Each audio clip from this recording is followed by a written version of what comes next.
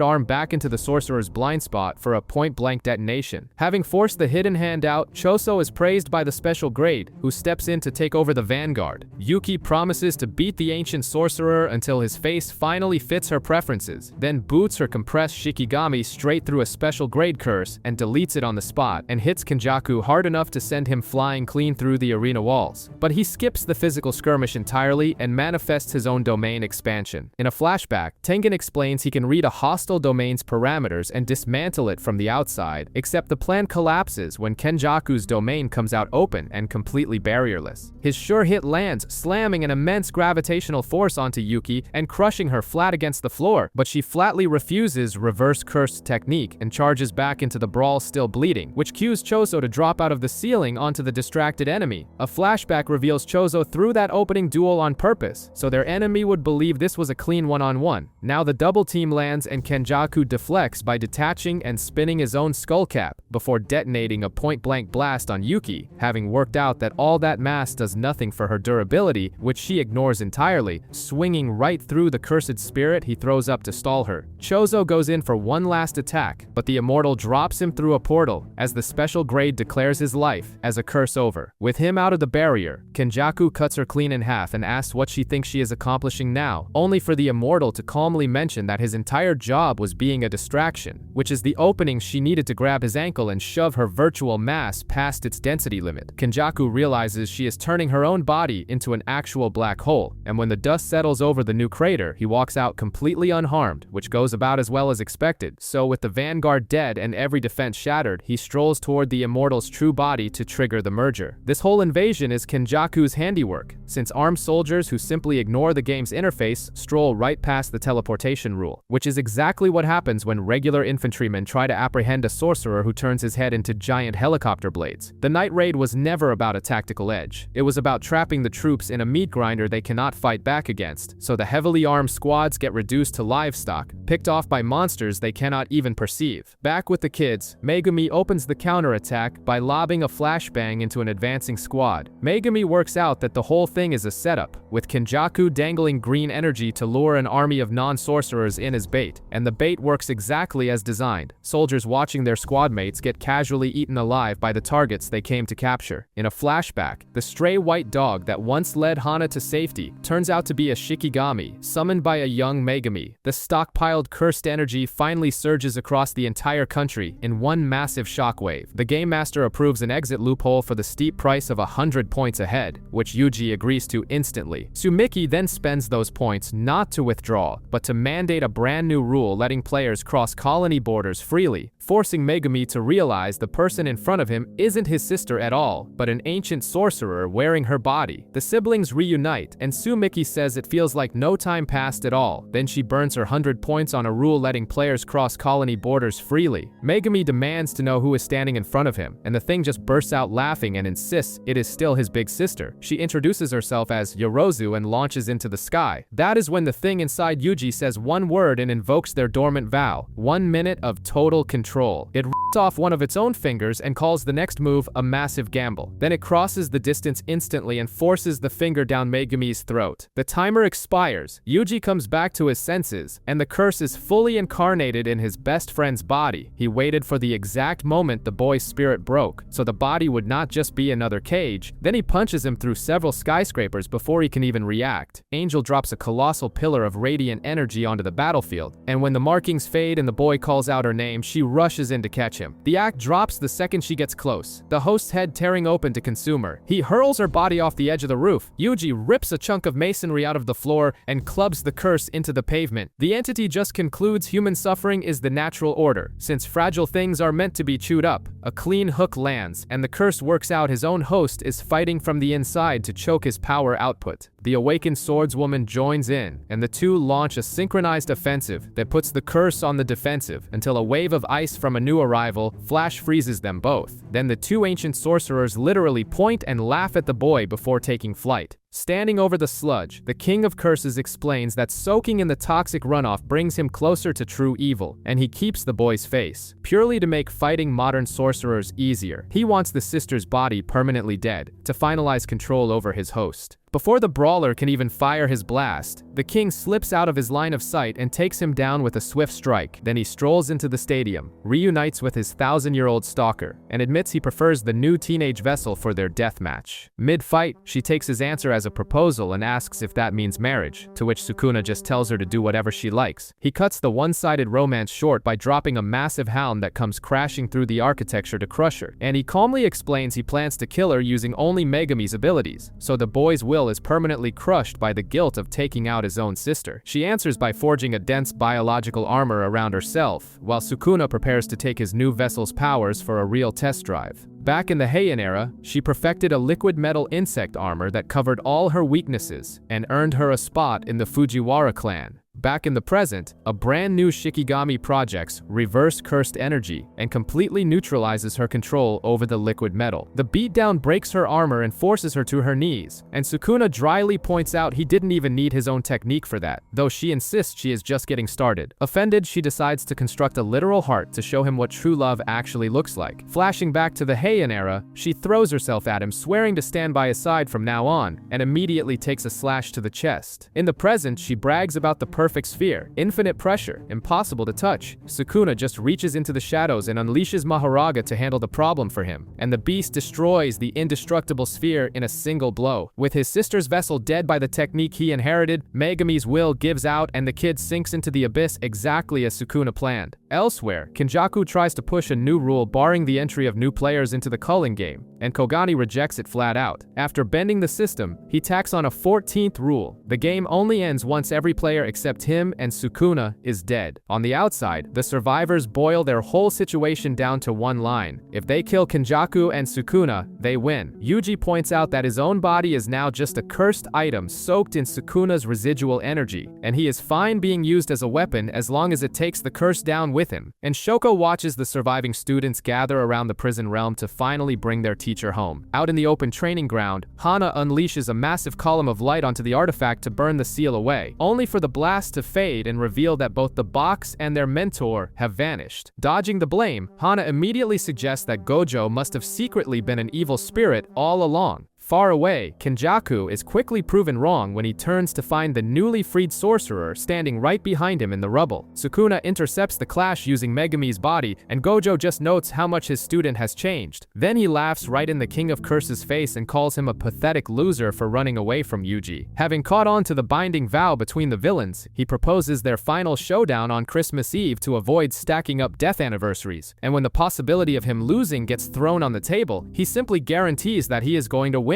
On the other side, Sukuna casually devours his own mummified Heian-era head to restore the strength he is missing. At Jujutsu High, Gojo apologizes to Ijichi for always assuming he would be the first one of them to die. Mei, ever the practical one, sets up an underworld betting pool and is already counting the billions from pay-per-view. The sparring session brings the reveal that Yuji and Kusakabe have swapped bodies to accelerate the boy's cursed energy control. At the send-off, Yuji delivers a heavy slap right between his teacher's shoulders and demands he give the fight everything he has, which opens the floodgates for the rest of the students to swarm in with their own aggressive strikes of encouragement. And Gojo casually accepts the cheers as the scene shifts to a waiting Sukuna, marking the start of the battle between the strongest. Gojo strolls back into the wreckage of Shibuya and casually asks how time felt while he was boxed up, then stacks every chant in the book to unleash a hollow purple at double its usual output, landing a direct hit that flattens the entire block. He steps out of the smoke to set the record straight. He is the challenger here, and Sukuna sneers at the disrespect. Gojo writes the King of Curses off as a fish already on the cutting board, then preps for the clash with a grim silver lining. Since Sukuna wears his student's face, he can go all out. Later he walks out of a collapsed high-rise eyes and pins the property damage on his opponent, shrugging that Mei already prepped the city for a disaster this size. Both fighters drop the hesitation and materialize their domains in a collision where the sure-hit commands cancel each other out. But Sukuna bombards the outer surface of Gojo's sphere until it caves in completely, and a clean slash carves through his neck to end the stalemate. Gojo pivots to something basic, deploying a simple domain to blank out the sure-hit slashes, which floors Yuji, since his teacher swore he could not use that technique. Classic. Then Yuta pieces it together. Gojo was never running dry. He was healing his burnt-out technique instead of his flesh, and with the Limitless back online, he detonates a red that blows the King of Curses into the shrine. He baits Sukuna into stretching his range and traps him with a second infinite void, but Sukuna shatters that barrier from the outside all over again. Kashimo, meanwhile, calmly calls dibs on fighting next if Gojo happens to die. Gojo answers by locking them both inside a hyper-compressed arena for the next round. Choso realizes his teacher learned to compress space during his stint inside the prison realm. Gojo dealt enough damage from the inside to drop his opponent's technique the second the barrier gave out. Mei clocks the clash at 3 minutes and 9 seconds. Both techniques burn out, board reset. Then a metallic click echoes from the shadows. The adaptation wheel has been spinning this whole time. A massive strike collapses the malevolent shrine right as the 3-minute timer expires. Sukuna's next activation lags behind, leaving him paralyzed inside the full force of unlimited void until a wheel clicks in the dark and he bypasses the paralysis to summon Mahoraga, whose casual deflection tells Gojo the beast was already made to adapt to the void while hiding in the shadows. The truth lands ugly. The curse had been making his captive vessel eat the brunt of the attack in the shadows. He also explains that destroying and healing his own prefrontal cortex to reset his techniques has finally caught up to Gojo, so he moves to end things by sealing his domain with a closed barrier and bypassing the Limitless, except nothing opens, because his brain is just as fried and no domain is coming out of it. Gojo drives a fist into his face and the whole thing collapses back into a brawl. Hikari explains the punches overlap with blue to suck you into the fist, and Yuta admits it literally made him throw up.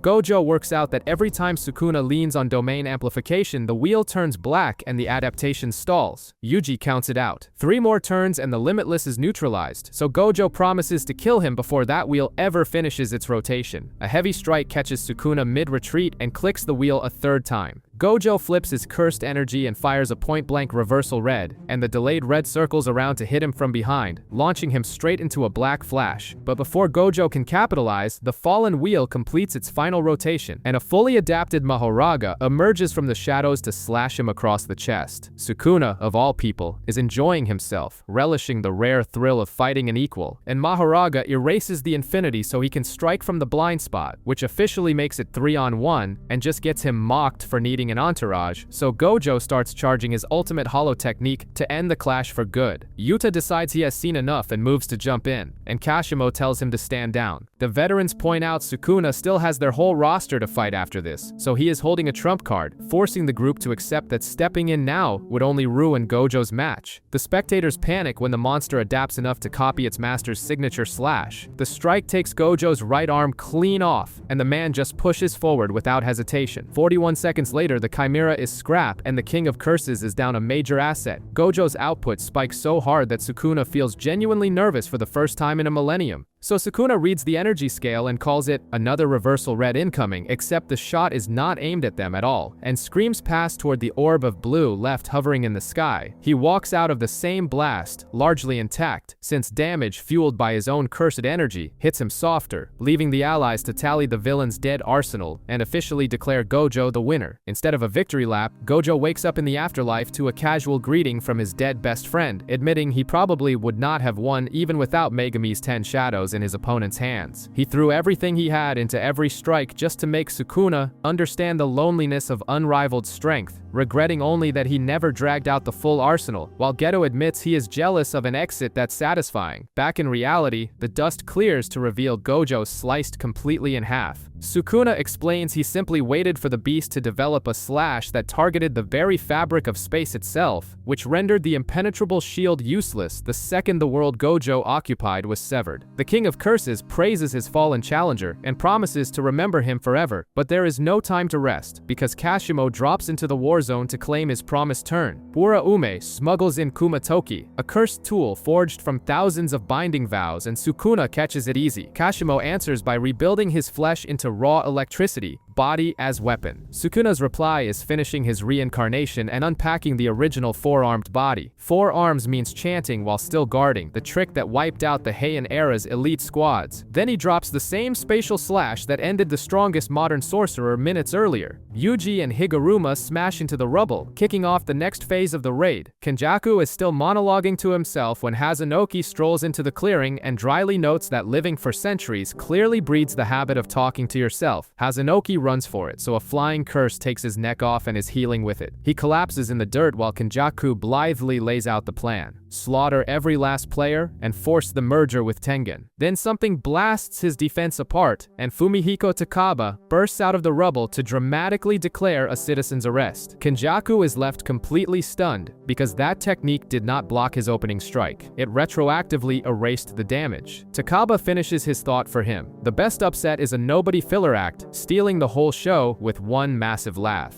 The ancient mastermind actually agrees. In a flashback, the plan for the comedian comes with one hard rule for the group. Never ever explain the man's own curse technique to him. Back in the present, Kenjaku finally cracks it, deducing that his opponent is literally forcing his imagination into reality. So he dismantles the man's pride instead, pointing out that his beloved TV comedy tournament was only ever famous for how terrible it was. A curse finally lands, and Kenjaku cheerfully notes that breaking his confidence is exactly what made the damage real. Then Hazanoki's corpse in the brush shatters whatever cartoon delusion the comedian had left. Flashback, his old partner finally snaps that doing comedy with him is miserable. His mentor just smiled and admitted he performs because he wanted people to get to know him. And underneath all of it, he was simply terrified of getting hurt. Snapping out of it, he confesses the indifference was only armor and that he wants to win over every single person in the room. Confidence restored, he vows to make the ancient sorcerer laugh until he is sick. An absurd challenge Kenjaku eagerly accepts. Takaba opens the show by manifesting a speeding truck that flattens his opponent. Bleeding from a gag, Kenjaku realizes the technique is resonating their souls and materializing their shared imagination. Somewhere in the middle of it all, the ancient sorcerer genuinely admits he has not had this much fun in centuries. Then the math hits him. All that slapstick damage is quietly stacking up in the real world, and the only exit is satisfying Takaba completely. So the two step out onto a massive stage to close the show in front of a packed house. Mid-routine, Takaba kills the momentum with a fake sob story about his single mother purely to make things awkward. Looking out at the massive imaginary crowd they won over, the comedian breaks down crying, refusing to let his dream stage end. Back in the real world, Kenjaku thanks him genuinely for putting on such a funny show, which is exactly when Yuta drops in from behind and cleanly takes his head off. The pacifist comedian was the ultimate decoy all along, so a real executioner could slip past the sensory barriers. The severed mastermind accepts a premature defeat, warning his killers that his grand design will simply be inherited by someone else. A flashback lays out the plan. Hit Sukuna in a strict staggered order, while Yuta slips off to kill Kenjaku. Higuruma volunteers to go next, since his courtroom domain confiscates the defendant's innate ability. Win a guilty verdict on a capital crime and he manifests a one-hit kill executioner's sword. The catch: his judge picks charges at random, so a massacre could get downgraded to property damage over the victim's ruined clothes. Then Yuji steps up, claiming he knows exactly how to rig the system for a death sentence. In court, the defense calls that old confession false and names Sukuna as the true mastermind. Higuruma springs the loophole. The confession was a lie. Shibuya was Sukuna's doing. The defendant gets bored and cuts him off, admitting he memorized the domain's rules while living inside Yuji and demanding they skip to the sword. So the judge rules guilty, powers confiscated, sentence death. Except the win falls apart, because the confiscation took his cursed tool instead of his technique, a technicality that goes about as well as expected. The innate technique is intact, and Kusakabe throws up a simple domain to dilute the barrage. Sukuna vanishes and reappears in front of Choso to impale him through the chest. A flashback. Higuruma refuses to sit this out, unable to face Yuji after ditching his own morals, and intends to die here as punishment. In the present, he eats a point-blank barrage and lives, triggering domain amplification at the last possible second. An amplified bombardment takes Higuruma's right arm, and Sukuna stops to demand he figure out reverse curse technique on the spot. As the execution comes down, Choso snipes the king's hand to buy a fraction of a second, and Higuruma drives the instant kill blade straight into that outstretched hand. The ancient sorcerer just amputates his own limb before the penalty lands, then answers with a heavy strike. Falling, the lawyer tosses the sword backward and entrusts the rest to Yuji, who catches it and fully owns his identity as a Jujutsu sorcerer as he lunges for the finish. The blade comes down for the kill and disintegrates into nothing before it touches Sukuna. Meanwhile, Sukuna works out that the kid taught himself reverse curse technique in a single month. His irritation is simple. No matter how badly he breaks the boy, that conviction drags him right back to his feet. Yuta's assassination mission worked, and Kenjaku is dead, though the old sorcerer still dumps his apocalyptic failsafe onto Sukuna at the last second. Then Yuta himself crashes onto the battlefield, straight from that victory, and Rika manifests, slamming into the arena to remind the ancient sorcerer exactly who he is talking to. Kenjaku's head swears his will lives on, and his death instantly shatters his grip on an army of captured curses, which buys him the window to hand the Great Merger's authority straight over to Megumi Fushiguro before he fades out with a satisfied smile. Apocalyptic torch officially passed to Sukuna. In the present, Yuta stops making excuses and ends it here, dropping Sukuna into an endless wasteland of swords called authentic mutual love. Then Yuji strolls in swinging soul punches meant to tear the curse and Megumi apart, and Sukuna just smiles at the pincer. Mid-clash, Sukuna tallies his handicaps. Gojo's brain damage left him no domain and barely any healing, so every one of Yuji's punches loosens his grip on Megumi, all to strip him bare for Angel's eradication technique. Sukuna asks how they got this strong in a single month, and Yuji bluntly admits they cheated. Then Yuta yanks out a new blade and hits the King of Curses point blank with his own signature slash. The plan pays off as Yuta drops a pillar of Jacob's ladder to burn the cursed object out of their friend, letting Yuji punch straight into that buried consciousness and call for him to wake up. One problem: Megumi has surrendered to the trauma and has no will left to live. That hesitation is all Sukuna needs to cleave Yuta apart and split the domain open from the inside. Victory basically signed until Maki runs her blade through his chest with the most basic tactic alive, the one he'd have dodged with his guard up. The wound barely closes because that katana strikes the soul directly, and a few yards off, Choso talks a blood-coughing Yuji through the panic, telling him to spread his blood like roots to guide the repairs, while Maki dives into the rubble after Sukuna and levels the whole block with twin meteors. Asked if he really plans to keep fighting while forcing his ruined heart to beat, he just smirks that he hasn't broken a sweat, and miles away, Ura Ume settles it. The King of Curses hasn't even begun to go all out. Ask who the strongest grade 1 is, and Gojo, Nanami, and Mei Mei all point at Kusakabe. Maki, who ditched Jujutsu entirely for pure muscle, drags Sukuna into rare euphoria. He bypasses her guard and plants a clean black flash into her torso. Kusakabe planned to run the second things went south. Now he's the last one standing. So he programs his simple domain to intercept anything entering, reading the sparks to call the slashes early. The barrier pings and his body moves on its own, shattering the slashes before they form. Then Miguel swoops in, secures the kid, and introduces himself as the man who once fought Satoru Gojo. He'd only join if Gojo and Yuta were down, and Sukuna lost his domain. Fair enough. Miguel proves Gojo right about the short sprint, slipping straight inside Sukuna's guard. No limbs, no hand signs, so Yuji clocks that the ultimate attack is sealed and rushes in. Sukuna answers with a black flash of his own, and the dread hits that he might reboot his healing with that spark. Miguel and LaRue do the math. That second black flash means Sukuna's healing factor is nearly all the way back. He walks the air like a staircase and blasts Maki through a building with a third black flash. LaRue plays his last card, using his technique to yank Sukuna's attention clean out of the fight, leaving him wide open right as Yuji finally awakens his true potential, and the black flash he detonates ripples through the ruins. Sukuna casually admits he ate his own twin in the womb, and that rejected soul came back as Yuji's father, making their souls identical. So Yuji borrows his brother's blood manipulation plus a newly unlocked second ability and throws Sukuna's own slashes right back at him. Then he pins the ancient sorcerer against a pillar for a fourth black flash that shuts the healing down. He caps the beating with a seventh strike that threatens to rip Sukuna's hold off Megumi for good. Bypassing his wrecked brain with improvised binding vows, Sukuna weaves the signs anyway and manifests a fully restored malevolent shrine. Weeks earlier, the soul swap training let Kusakabe drive Yuji's body and imprint barrier techniques straight into his muscle memory, which is why Yuji clocks the shot he vows. 99 seconds before the whole domain eats itself, the sorcerers dig in, the countdown hits 0, and the invisible barrage just stops. Then Sukuna opens his sealed fire technique. He binds every scrap of severed matter and lights lights it, turning the field into an inescapable thermobaric oven, and the flames swallow Yuji whole until Choso throws himself in the way, compressing his blood into a dense sphere around his brother and eating the entire inferno himself. Burning away, he just apologizes for being a lousy teacher who only ever went on instinct. The barrier crumbles, and Yuji can only say thank you as his brother goes to ash. He calls out across the wasteland and nothing answers, his resolve finally starting to crack, until Aoi Todo suddenly strolls onto the battlefield to back him up, and the reunited brothers charge a Sukuna who can barely hold his cursed technique together.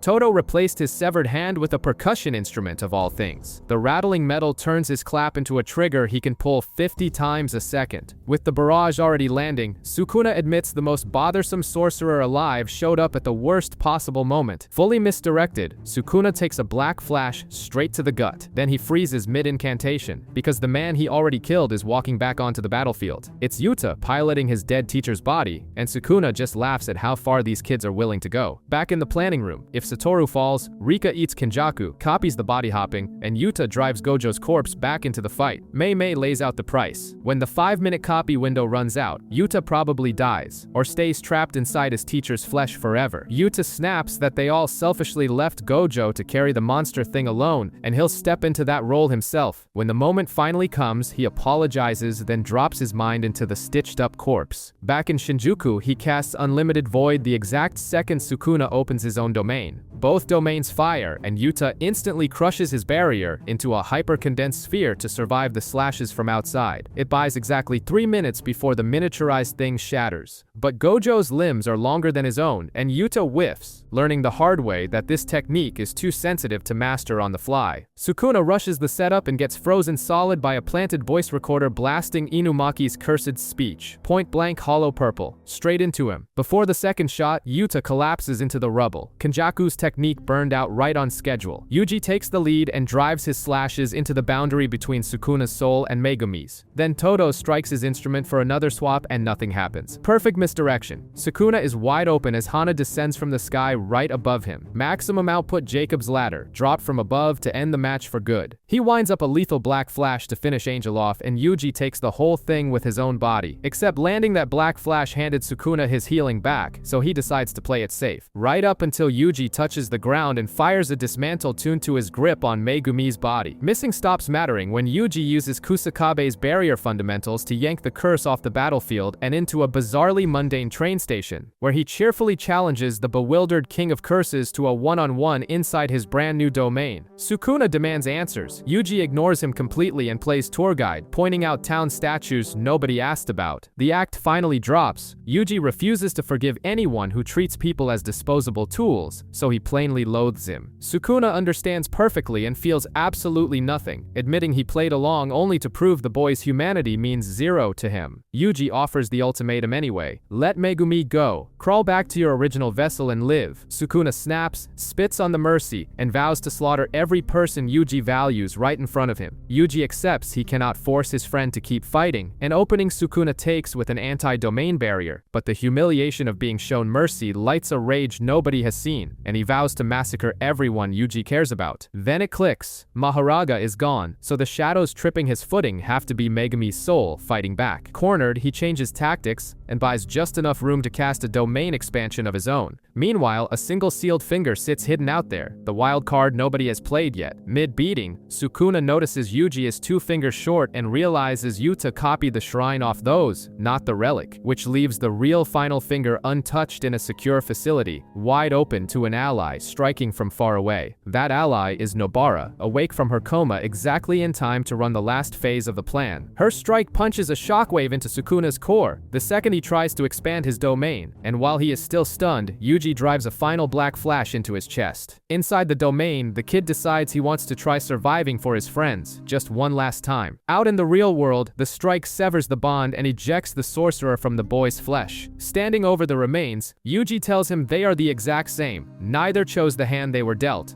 both came out monsters, which enrages him enough to refuse the pity and disintegrate into ash instead. Later, Megumi is finally awake, and Yuji tries to prank reveal that Nobara is alive. When their late teacher's letters come out, Megumi takes his completely in stride. A cheerful apology from Gojo for murdering his father. Classic. Only for the trio to find the group rescuing Yuta by furiously cursing him out for his body-swapping stunt. An intervention that sounds suspiciously like an execution. At the debriefing, Kusakabe orders the kids to drop the survivors' guilt and dump the blame on the adults who failed them. Then he drops a bombshell. He took over as the new Shadow Style's new head and scrapped the vow that drained his disciples' lifespans. And Mei just grins and declares to Yuji that Jujutsu Society is entering the era of subscription services. Megumi visits his sister's grave with Shoko, who pieced the body back together as one last courtesy. Later, Megumi offers to be Hana's right hand. She hears marriage proposal, and he stammers off toward the next mission. He pegs the culprit as a surviving curse user, and Yuji is hyped to clear this low-stakes case as the reunited trio's final mission. Megumi's actual plan: park the targets on the 40th floor of a condo, breaking the 100-meter limit vertically, while the trio ambushes outside. Once the stalker is pinned, the target finally places him, a former client who blew $1,000,000 at her hostess club and got petty about being forgotten. It reminds Yuji of Gojo quietly admitting he expected his students to carry his dream if he ever bowed out. So Yuji hands that same optimism to the stalker, telling the man he expects great things from him once he reflects. As for Sukuna's last finger, Yuji stashed it somewhere safe. Powerless now, nothing but a shrine talisman, and Sukuna accepts the loss, walking a quiet path with Oraume, leaving Mahito to throw a tantrum over the legend going soft.